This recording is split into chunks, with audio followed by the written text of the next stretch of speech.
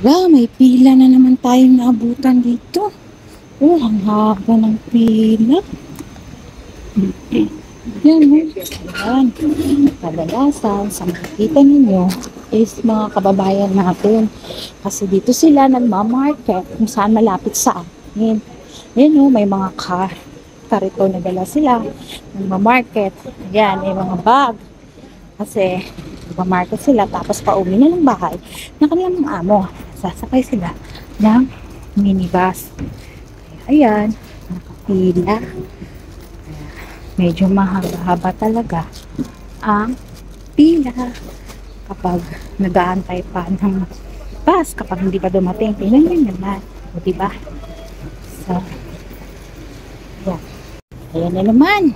Dumaan na naman tayo ulit. So, ayan na naman ang pilahan. Ang haba-haba. Kasi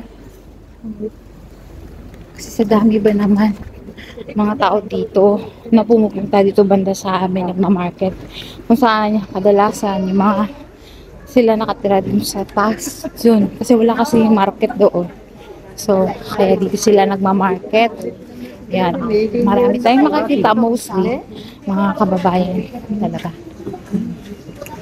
So ayan, ito na yung end ng linya.